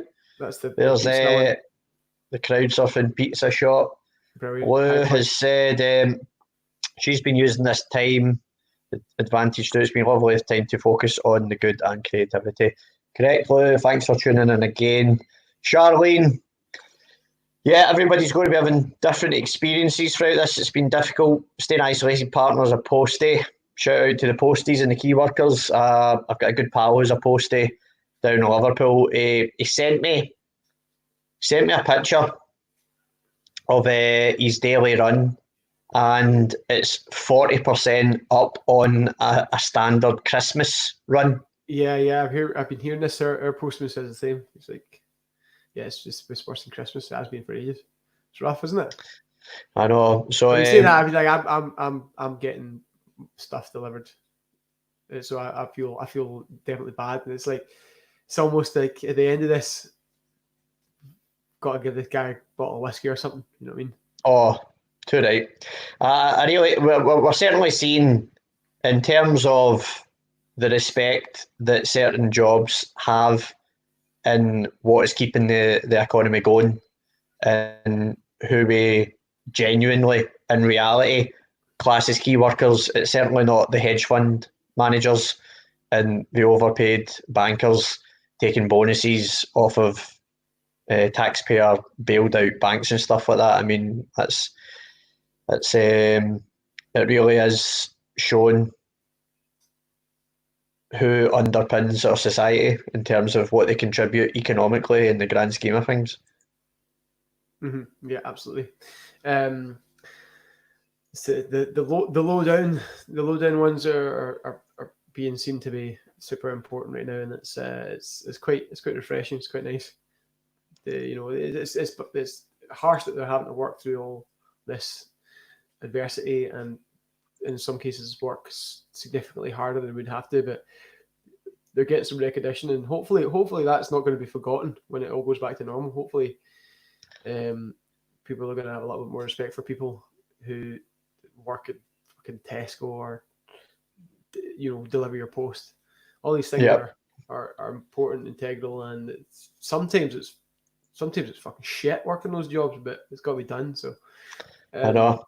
So hopefully that kind of appreciation is remembered later on after all this, Excellent, and shout out to Mary there. I think John must have been on Mark's, you call that radio video quarantine stream podcast, and John introduced Mary, so she's been getting involved since then. I was also going to say, pal Darren Connell, his podcast restarted as well. He actually had a guy from Ozark on. Really? I'll drop his link in too. He's doing well. He's doing excellent. Like this is a guy who I follow on Twitter, Darren Connell, and he's one of these guys who's found veganism and stopped drinking, and has immediately become just way more healthy and more well in himself. It's incredible. The vegan gorilla. I've just shared Darren's there. The vegan gorilla and chums. So check Darren out. Darren Connell on the Twitter. Give his page a wee follow there. He's got an amazing podcast. He had one of the actors from Ozark on it. Oh really? Some class stories from him. Hopefully I'll get Darren on. Just to go back to the mental health topic, there was a very important documentary that was on BBC Scotland last night at 11 o'clock called Lumo, Too Young to Die. It was a story about the suicide of a young rapper in the Glasgow hip-hop community called Lumo. 2007, took his own life off the Squinty Bridge. It was terrible. And apparently there wasn't like sort of the textbook cry for help that everybody expects. So a great sort of documentary and filmmaker director, Hannah Curry, that I know, and her brother. They is it we are all here now. I think they were called sort of the collective. They got together and they made this documentary about Lumo, and it's about how the sort of hip hop community was galvanised around this tragic event. So it's still on the iPlayer. I'm going to give that a share in the comments there. Give it a wee watch, people. It's it's a sad documentary, but it's a story that also needs to get out there as well, just so that other people can get a better understanding of the subject of mental health and the sort of finality that can lead to, sadly, for some people as well. So rest in peace, Owen, my wee man. Pop that there in the comments. Amen. Yeah, that's preach, Davey. I hear you. Cheers, my man. Right. I was just looking at our notes there. Shall we? Well, tell us about the caveman battle weapons EP, because it kind of like that touches on the dark and the light within us all, doesn't it? It does. So that's the last thing that we released as a band was this fairly ambitious 2-part project that we did. It's called Caveman Battle Weapons. Caveman is a song that was sort of initially supposed to be on the first record, but it was too sad, too fucking sad to be the first record. For us to finish up and make it properly a part of the first record. The first record's too much of a kind of rejoicing thing. There's some sadness there, there's some darkness there, but this one is explicitly dark and explicitly sad. And it's sort of, I kind of always kind of regretted not having it there, because it is a powerful and important part of the human experience that shouldn't really be ignored, and I felt like I kind of half ignored it. So I went back and sort of rewrote the thing and reproduced it, because it was just a concept back then, but then I rewrote it again and we released it there. But we didn't, while it is a very important part of that experience, I didn't want to ignore it. I also didn't want it to be the sole thing. I want to portray that as a part of the dichotomy of joyous and fun and glorious enjoyment of life, and the other interlinking and omnipresent darker side. These two things exist simultaneously in tandem, always in all of us, and to ignore one or the other is to deny yourself of your own humanity, I think.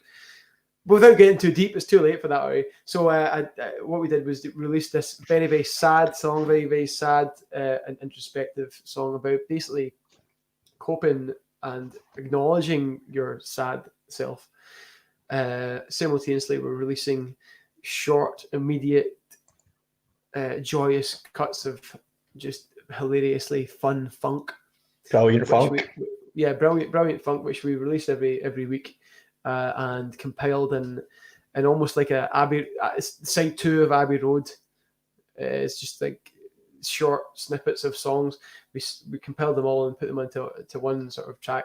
So Battle Weapons is a collection of bombastic and hyperactive, hilarious, good time funk, and Caveman is a introspective, deep soul cut about understanding and accepting your own sadness as part of yourself when it's there. And Preach, brother. These two things are intrinsically linked to each other. So I tried to make this quite a heady concept. I tried to express that as best as I could. And the two projects are each of the battle weapons, each of these short funk things is a music video for each of them, and the Caveman's a video which expresses the dichotomy between these two, and there's interlinking elements between two. And I would definitely advise and recommend that you check out both next to each other. Well, I'm just on that note, as an ambitious, artistic, creative, and as a statement, I commend you for pulling it off, because both of them in isolation are two tremendous pieces of art, but bringing them, it was like the yin and the yang of the whole project, really, wasn't it? They both complement one another for that very reason. So I'm just about to share the Spotify link for Battle Weapons. Just whilst we're on, there's Lady Mustard. She sent us a wee love heart there. Thanks, Lady Mustard. That's Donna. and John. So John and Donna have been on. Don't know for how long. I don't know how to do the love heart shit. Is that that's it? No, you got it. You got it. Fucking hell. John was saying there, amazing documentary on what a rapper Luma was. Sad that it takes a tragedy to bring people together, but his family, crew, and wider community were a credit to making his memories shine bright. That was true, John. Thanks very much. So I've just given the Battle Weapons Spotify link a share there. I'm conscious of the time, Tom, but I've got Caveman the video lined up. Shall we play that before we wrap things up? Yeah. Let's play that, and let me see a few things about it afterwards. Okay, cool. I can stick about for a bit. Cool. Right, I'll pop us both onto mute, and I'll make sure I stick the audio on this time. I'm learning from my mistakes. Okay, all right, so we're going to pop on the Caveman video from Tom McGuire The Brassholes, which is one half of this Caveman Battle Weapons project Tom just spoke about. So I will shut up now, share the screen. Bear with me.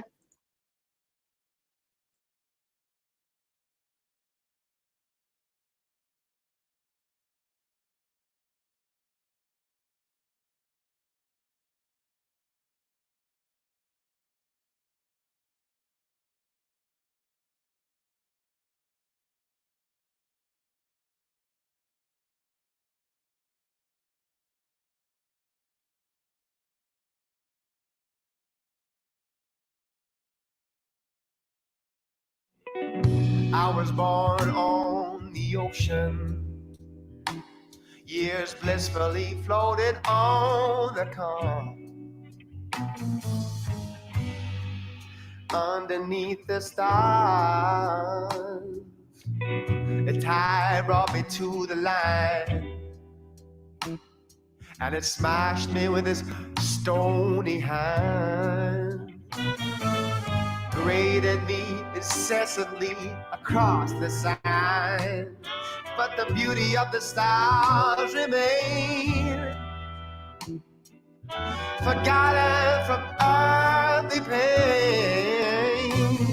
How good it would be to return to the sea. No communion between the light and me. Our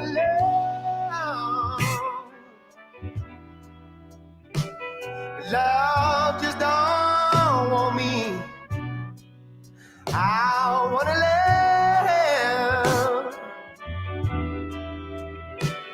Strive, gonna take care of me.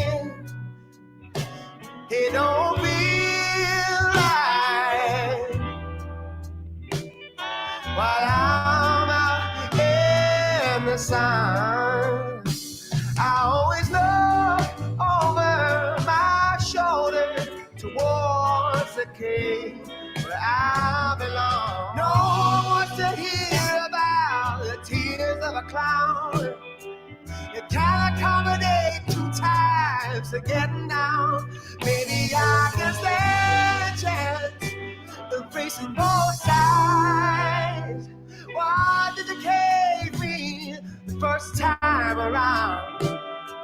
A place I was afraid of when I look around. No use to fear the cave, it's just the same place. It's the man that retreats there, and I gotta say, our love. But to love, I'm sometimes blind. I wanna live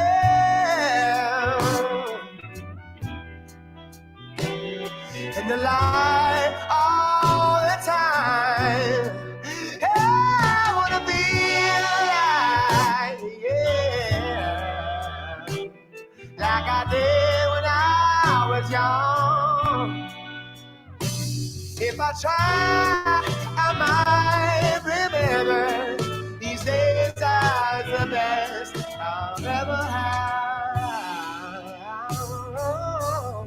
Well, when this fever biggest hold on me, will I never be free? Will I never? Hey, I gotta love. and my love is there for me.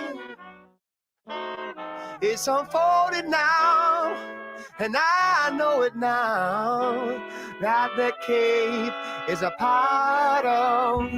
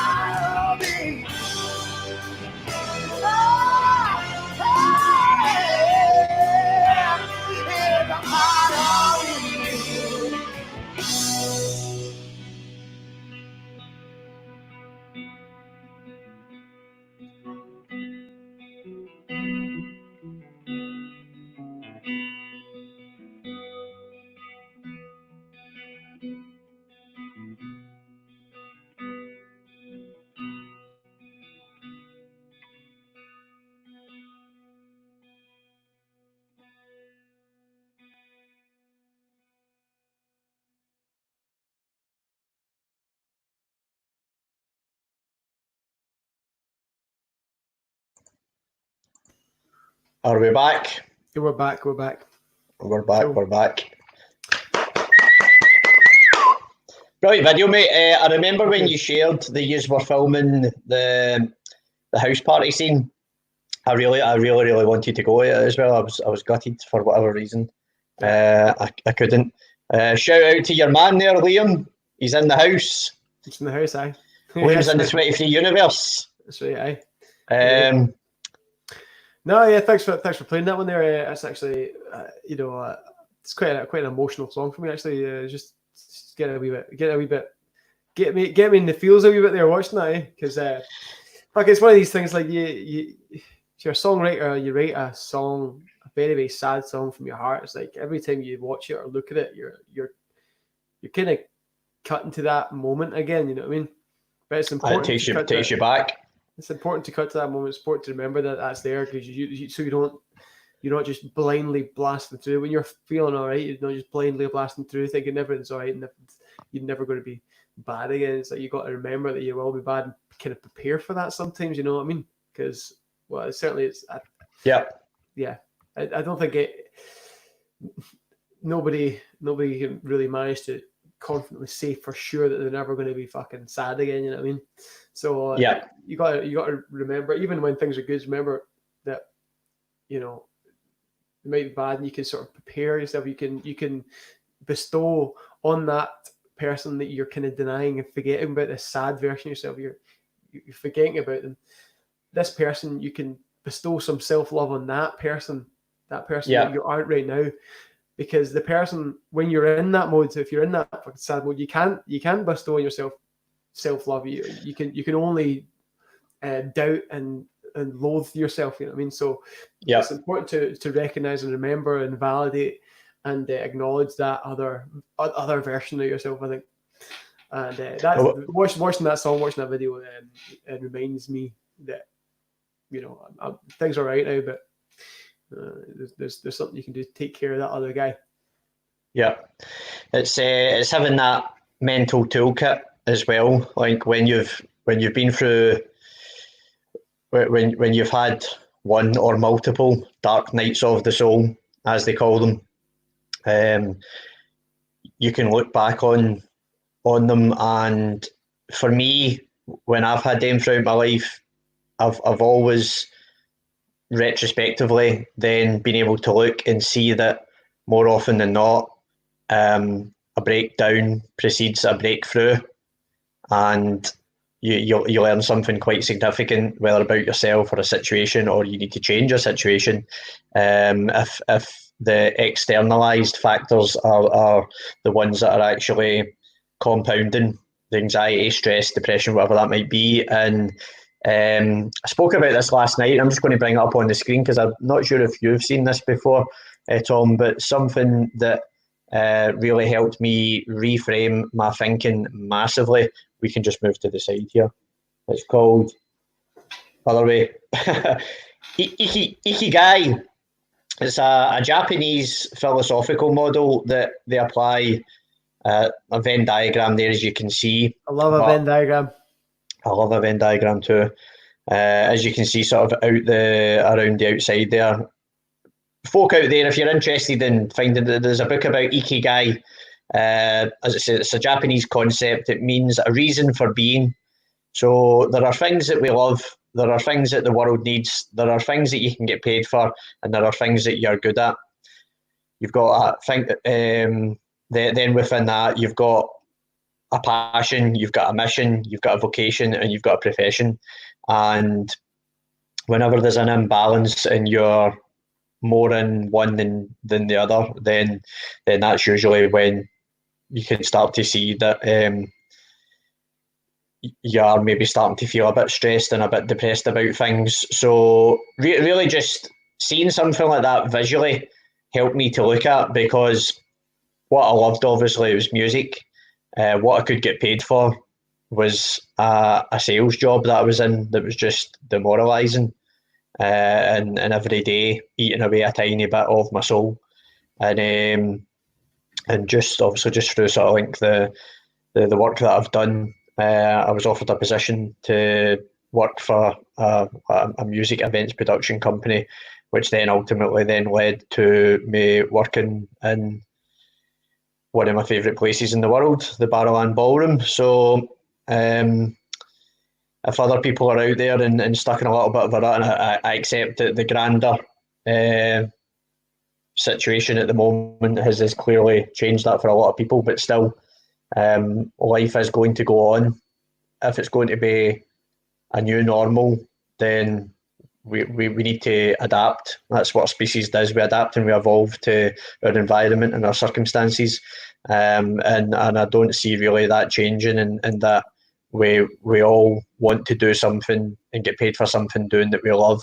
It's something that the world needs, something that you're good at as well. So I hope and pray that everybody out there, you can all, or you already have your own Ikigai. I know it can be difficult to get there, but you were getting some lovely feedback coming in there, Tom. Amy Stanton, she says, great song there. Hi, Amy, thanks for tuning in. Thank you, Amy. Charlie's just added it to her Spotify. She hadn't already done it. Mary, wow, no comment, but comment through the videos, was too engrossed in. I loved it. Thanks, Mary. And there's Martin, who was on Mark McGee's podcast just before us. Much love to you, Martin. You were brilliant on that. It was great hearing some insight into how your beautiful mind works in creating such aesthetic beauty, and undeniably being one of the greatest photographers I've ever met. And the stuff you put out is just, you know how much I love and respect and admire it, and what you do. Martin's basically our Dijon brother. Martin and Amy were out in Korea with us. Martin's been doing our documentaries, our Peace, Love in Korea 3-parter that's up on our YouTube. So just before we move on, I'm just going to quickly share that caveman video link. I'll pop that in the comments. Cool, yeah. So people can have a watch. Maybe Mary wants to watch that again. Check it out. There's a lot in there. So I'm quite proud of that. It's worth a few watches. And just whilst we've got Martin on, and I'll take the shameless promotion plug. I've not really been doing much of that, actually. Been talking about it, but not really been doing much. It's not about us, it's about the other people that are on, obviously. But I'm just going to share episode 1 of the Peace Loving Korea. We're 3 parts into it. This is a documentary that Martin, and it's been good to see this coming out like whilst we've been on lockdown as well, because Martin, he's your man there. He's cameras coming out pockets and everything. He's just capturing all this content and getting all this content and not having the time, because as you know very well, Tom, what you can capture all this content, but you've then got to have the time to do something with it and the platform for where to share it. So I've just given that a wee share, and I've also given our last video for GT, which Martin also made for us also. So you can check them out. So thanks everybody that's tuned in, turned on, and got involved with us. Yeah, thank you. Martin said there, part 4 coming soon. Took a few notes down. I mean, I wanted to give a shout out to Awkward Family Portraits, who are they still supporting you for the rescheduled Drygate? As far as I'm aware, I've not heard anything to say that they aren't. I believe they still are. Cool, great bunch of lads. I love that band. They're brilliant. They get everybody moving. They're a perfect compliment for you guys. Yeah. To for the price of one on that night as well. For sure. Some persons there's Raymond saying Peace Loving Korea is amazing. Well done, Martin and Charlene. That's why I'm getting back into editing. No point doing astrophotography and doing nothing with the photos as well. Correct, Charlene. I wish you all the best with that. Stargazing and looking up at the sky. Do you have a favourite star, Tom? Yes, Venus. the evening star. Aye, Venus is blasting it right now. It's kicking the sky's arse, really, isn't it? Yeah, it's tucking the sky in.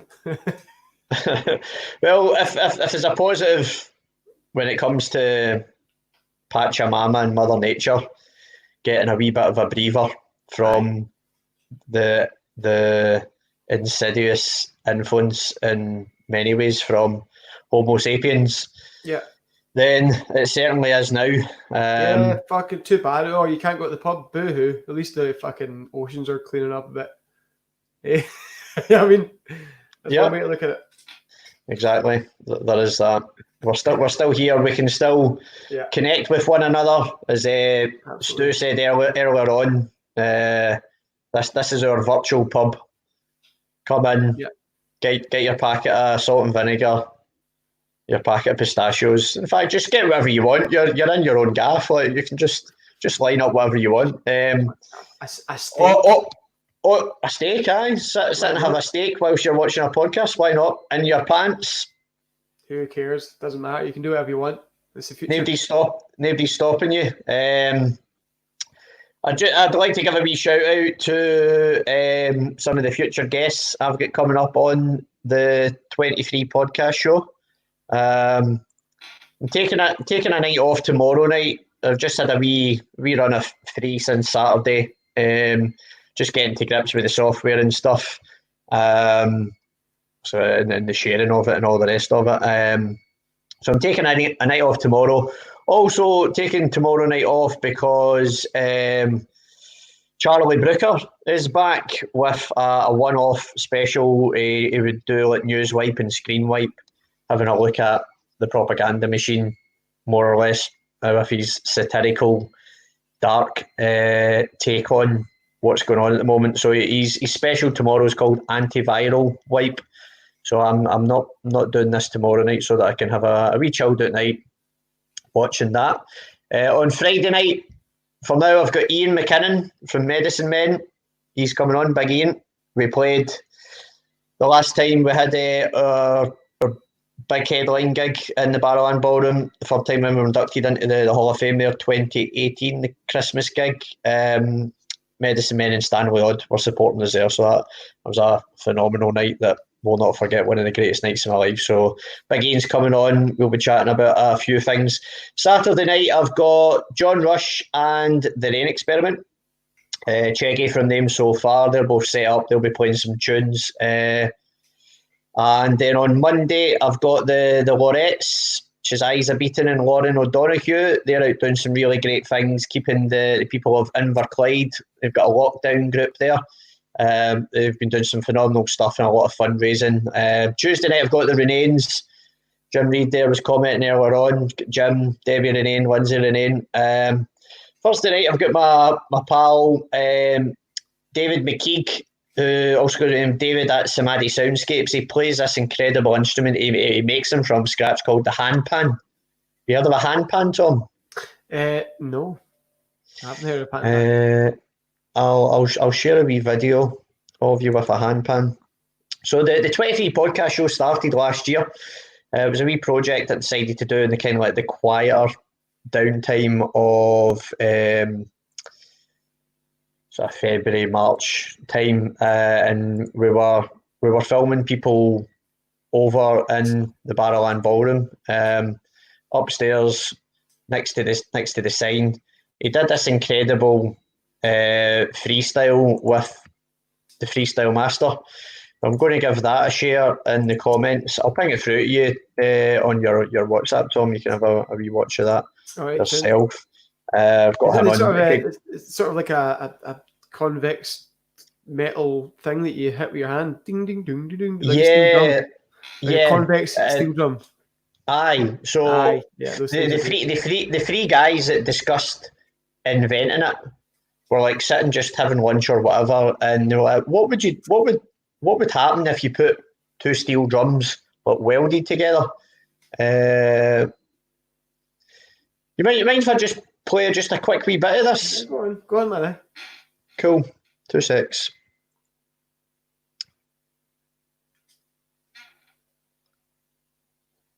I've shared the freestyle, the freestyle master. So Davies is just a couple of minutes, just him on his own.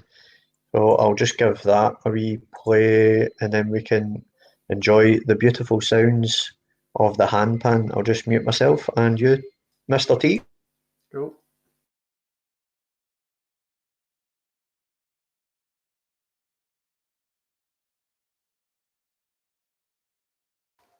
Hi everybody, I'm Dave from Samadhi Soundscapes, and this is me playing the handpan.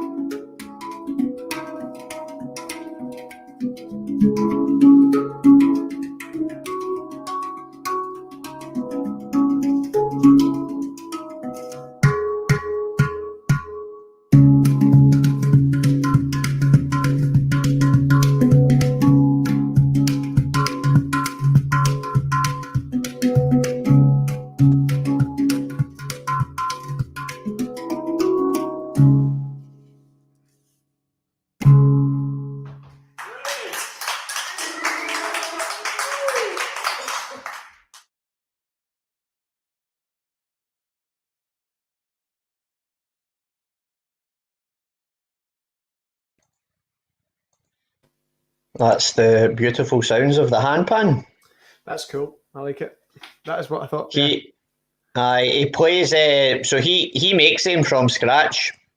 He's got a wee workshop out in Neilston, and he actually made my smiley face shield. So that's a full shield with a bit to hold for my arm and everything. It's phenomenal.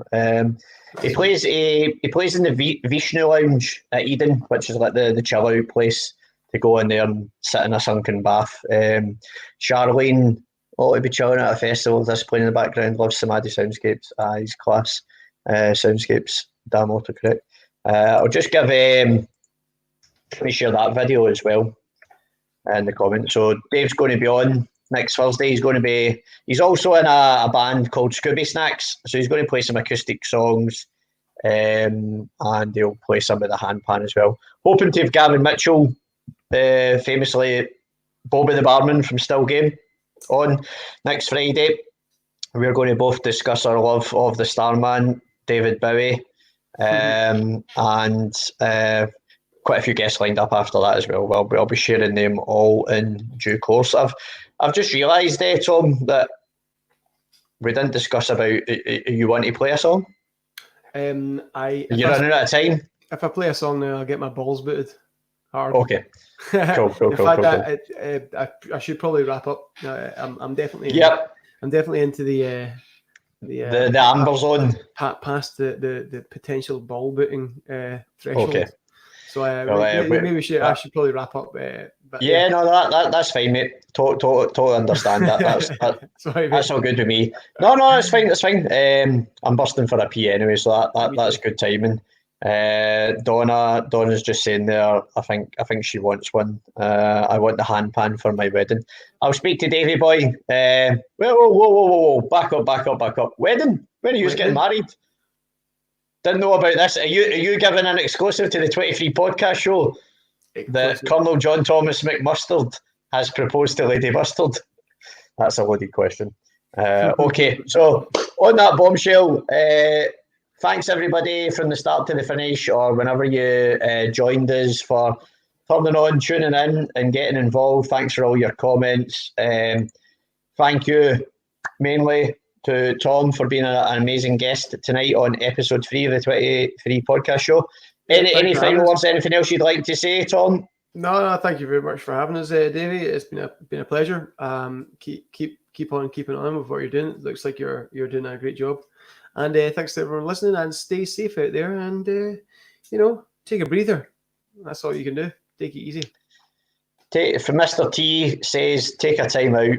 So listen to Mr. T. He's a sound guy. Thanks very much, Tom.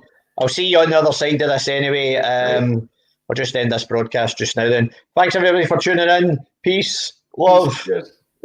23 podcast show, other side. Good night. Peace, love, and custard. Peace, love, and custard.